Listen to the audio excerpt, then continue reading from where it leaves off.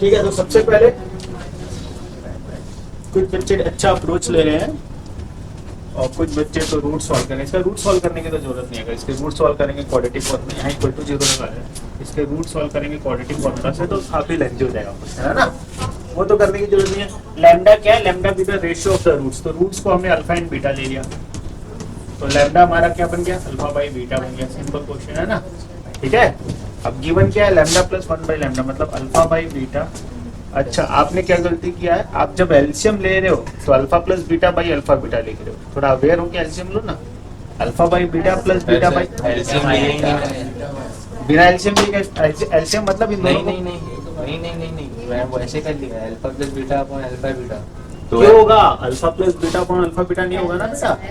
हाँ, alpha square, वही उसी को मैं एलसीएम लेके क्रॉस मल्टीप्लिकेशन बोलो या एलसीएम बोलो, समझा नहीं मैं क्या बोल रहा हूँ। मतलब इसका जो नेक्स्ट स्टेप आएगा बेटा वो अल्फा इंटू बीटा आएगा नीचे, लेकिन ऊपर आपने अल्फा प्लस बीटा लिखा है वो आएगा। वो किया ही नहीं सर। तो उसके बिना कैसे करोगे? सर मैं ये किया हूँ ना सर, सम ऑफ रूट। तो फिर 1 कैसे यूज कर रहा है? आप उसको इक्वल टू 1 कर दिया ना। बता रहा हूँ मैं sir, sum of roots alpha plus beta और उससे माइनस भी हुई है ना। वो समझ गया, ये चीज आपने 1 क्यों लिखी है? ये अल्फा बाई बीटा प्लस, ये लैम्डा प्लस 1 बाई लैम्डा है ना, ये यही तो लैम्डा प्लस 1 बाई लैम्डा है। हाँ, तो इसी को तो 1 लिख रहे हो। हाँ। तो इसी का तो एलसीएम ये थोड़ी ना आएगा, इसके इक्वल में ये थोड़ी ना आएगा। आप उसको उल्टा कर रहे हो, इसका अगर इसका इक्वल हो तो 1 बाई अल्फा 1 बाई बीटा है, ये गलती हुआ। अल्फा बाई इसको स्प्लिट कर लिया ना। चलो बाद में आपको समझाता हूँ। देखो आप अच्छा, ले रहे हो अल्फा प्लस, समझ गए ना? हाँ सॉरी। तो इसलिए बस गलत हुआ, बाकी ठीक आ जाएगा। ये क्लियर है? बस सिंपल क्वेश्चन है बेटा।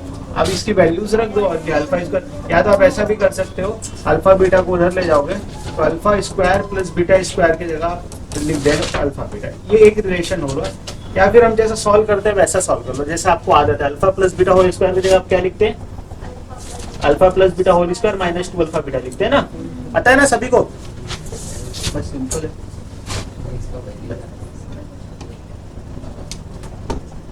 Alpha plus beta whole square minus 2 alpha beta is equal to alpha beta. Okay, ठीक है।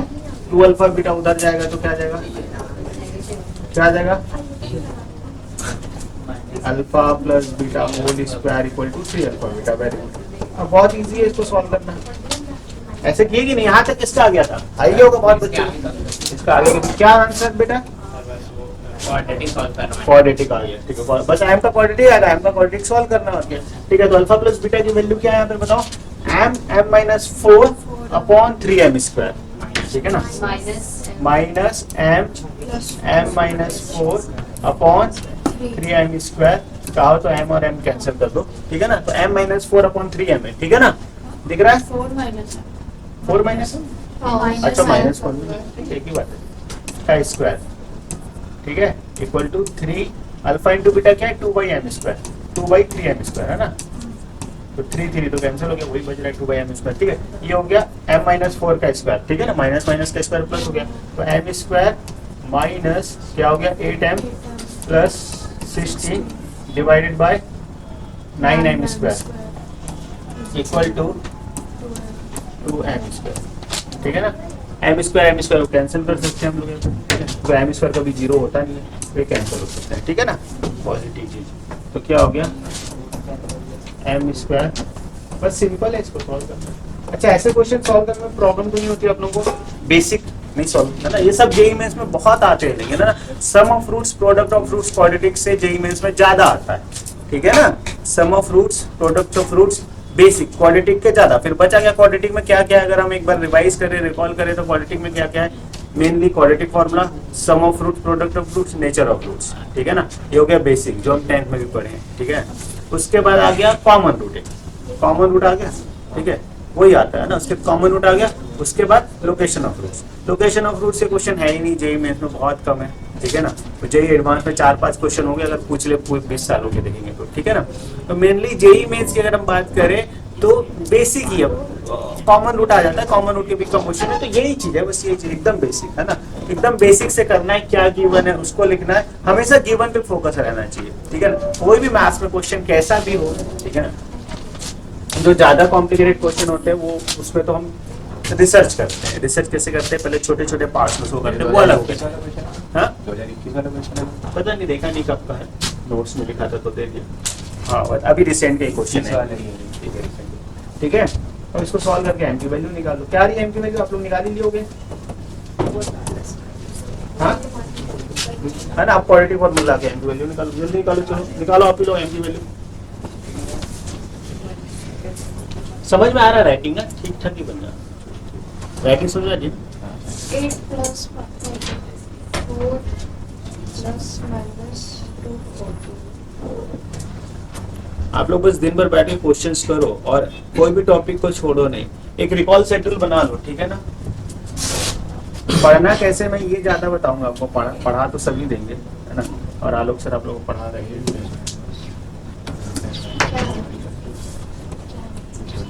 ये हर बच्चे के पास होना चाहिए, मैं चेक करूंगा, ठीक है। ये कब तक सबमिट करोगे सोच लो। मेरे को आप लोगों से दो चीजें चाहिए, पहली चीज क्या चाहिए, पॉइंटर कॉपी, और दूसरा रिकॉल शेड्यूल। पहला पॉइंटर कॉपी बनाते हो सभी, note copy, summary note copy, formula copy जो बोलते हो ना, बना रहे हो सभी। नोट्स अलग है, क्लास नोट्स अलग है। क्लास नोट्स के साथ एक और कॉपी लेके आओ जिसमें जो भी फॉर्मूला तो लिखते ही है, फॉर्मूला हम लिखते ही हैं, उसके साथ पैटर्न भी बताते हैं कि ऐसा क्वेश्चन आया तो यही करना है, ठीक है ना, इस टाइप की प्रॉब्लम आई तो यही करना है, इस फॉर्मूले को आपको ऐसा यूज करना है, ठीक है। तो वो आपके पॉइंटर कॉपी में होना जरूरी है, ठीक है ना। गधे घोड़े टाइप नहीं पढ़ाई करो ना, कुछ नहीं मिलेगा, ठीक है।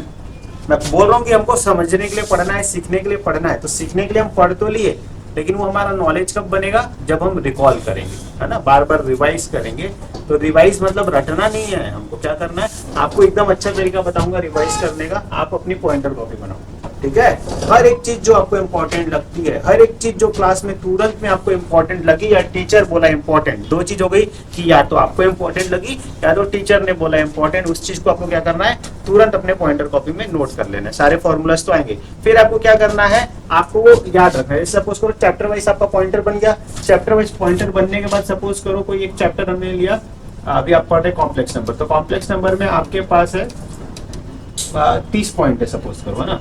क्या है, कितने पॉइंट है बेटा, 30 पॉइंट्स है। तो ये 30 पॉइंट्स आपको याद रखने हैं, 30, ये नंबर 30 याद रखना है, ठीक है ना। जैसे क्वाड्रेटिक इक्वेशन आपने लिखा है, सपोज करो क्वाड्रेटिक इक्वेशन के बाद आपके पास 25 पॉइंट्स है, तो ये नंबर्स आपके दिमाग में रहना चाहिए कि मेरे पॉइंटर कॉपी क्वाड्रेटिक इक्वेशन में 25 पॉइंट्स है, मेरे पॉइंटर कॉपी कॉम्प्लेक्स नंबर में 30 पॉइंट्स है। ये नंबर आपके दिमाग में रहना जरूरी है।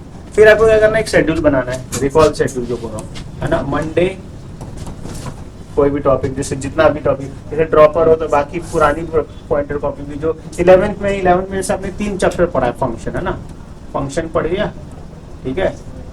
दूसरा आपने पढ़ लिया क्या, क्वाड्रेटिक इक्वेशन पढ़ लिया, है ना। तीसरा आपने पढ़ लिया क्या, अगर ऐसा कोई 3 चैप्टर आपने पढ़ा, किनको पता नहीं आपको क्या पढ़ा, ये 3 चैप्टर आपने पढ़ा, तो वापस इसको रिवाइज करो ना थर्सडे। अगर आपने 6 चैप्टर पढ़ा है तो 6 अलग अलग चैप्टर का बनाओ, ठीक है। लेकिन ये शुरू से करते रहते तो क्या फायदा होता है आपको, कि एक ही चैप्टर को रोज कर रहे हो, एक ही चैप्टर को, पहले तो पहला चैप्टर पढ़े उसी को रोज कर रहे हो, रोज 5 मिनट कर रहे हो, रोज 10 मिनट कर रहे हो, तो आपको इतना ज्यादा फास्ट हो जाता है, क्योंकि अगला चैप्टर उठे तो 15-20 दिन 30 दिन और लग जाते हैं ना, तो आपका इतना फास्ट हो जाता है कि जब आप अगली बार करते हैं तो 5 मिनट में जाता है, मतलब उस दिन वो चैप्टर कर ही रहे हो, साथ में दूसरा चैप्टर और कर ली। समझ में आ रहा है। तो आपको पढ़ना, कभी भी नोट्स को पढ़ना नहीं है, देखो कॉपी देखो, कभी भी आपको जो भी आपका जो समरी कॉपी बनाओगे उसको ऐसा रीड, आप लोग रिवीजन मतलब ऐसा रीड करते हो ना, ये नहीं करना है, इसको रिवीजन नहीं बोलते, ऐसा रीड करोगे ना, जब भी रीड करोगे तो फिर वही कॉन्शियस सबकॉन्शियस, ठीक है ना। आपका कॉन्शियस भी नहीं रहता, सबकॉन्शियस तो दूर की बात, कॉन्शियस भी पूरा नहीं रहता, है ना। कहाँ 100% दिमाग, उसमें से 1% माइंड के साथ आप क्या याद कर पाओगे, कुछ याद नहीं होता ना, वो भटकते रहता है। तो भटकते दिमाग के साथ कुछ याद नहीं होगा आपको, तो वो आपका कब बनेगा, जब आप लिखोगे। लेकिन आपको पता है जब लिखोगे तो आपको बहुत एफर्ट, आपको एटलीस्ट कॉन्शियस तो पूरा लगाना पड़ता है, सबकॉन्शियस का तो बाद में बताएंगे, एटलीस्ट आपको कॉन्शियस आपका पूरा लगाना पड़ता है जब आप लिखोगे। तो यही मेथड है ना, तो इसलिए हमको लिखना है, क्योंकि लिखना हमको सोच के पड़ता है, बिना देखे। जीवन में कॉपी नहीं करना है ना, ये तो याद रखो, कॉपी जो हम करते आए हैं तो नहीं करना है। कोई नोट्स भी कॉपी नहीं करना है, कभी क्लास छूट गई और किसी से नोट्स लिए तो कॉपी मत करो, क्योंकि वो टाइम तो पूरा 1 घंटा अगर आपने कॉपी किया तो वेस्ट है ना। भले 2 घंटे लग जाए, आप पहले पूरा पढ़ लो, सीख लो, उसके बाद खुद से उसको लिखो, तो आपका पढ़ना भी हो गया और लिखना भी हो गया, ठीक है कि नहीं। तो समय का यूटिलाइजेशन सोच समझ करना, किसी को दिखाना नहीं है आपको, टीचर को भी इम्प्रेस नहीं करना है, किसी को भी इम्प्रेस करने के लिए नहीं करना है। कॉपी करके जल्दी करके, ठीक है स्कूल में आप लोग के पास प्रेशर रहता था कि आपको होमवर्क सबमिट करना, लेकिन वहाँ पर भी या तो प्रेशर नहीं होना चाहिए या तो आप लोग को कॉपी नहीं करना चाहिए, ठीक है ना। प्रैक्टिकल होमवर्क ही देना चाहिए कि बच्चा समझ के पढ़ के खुद से लिखे, ठीक है ना, तभी तो हम सीख रहे हैं। क्योंकि आए क्यों है, प्रेशर क्रिएट करने के लिए आए कि सीखने के लिए आए?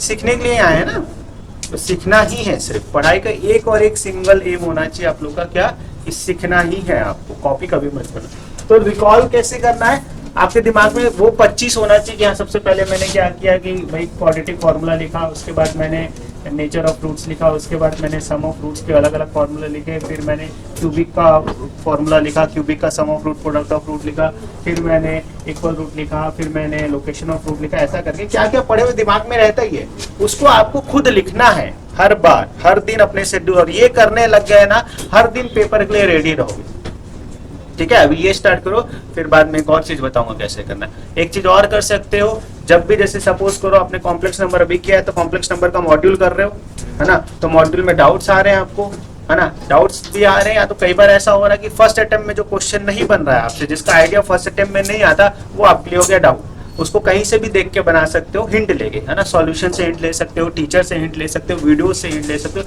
हिंट लेने के बाद आपने सॉल्व किया, तो जो भी क्वेश्चन हिंट लेने के बाद आपने सॉल्व किया उसको भी चैप्टर वाइज एक पेपर में लिख के रखो।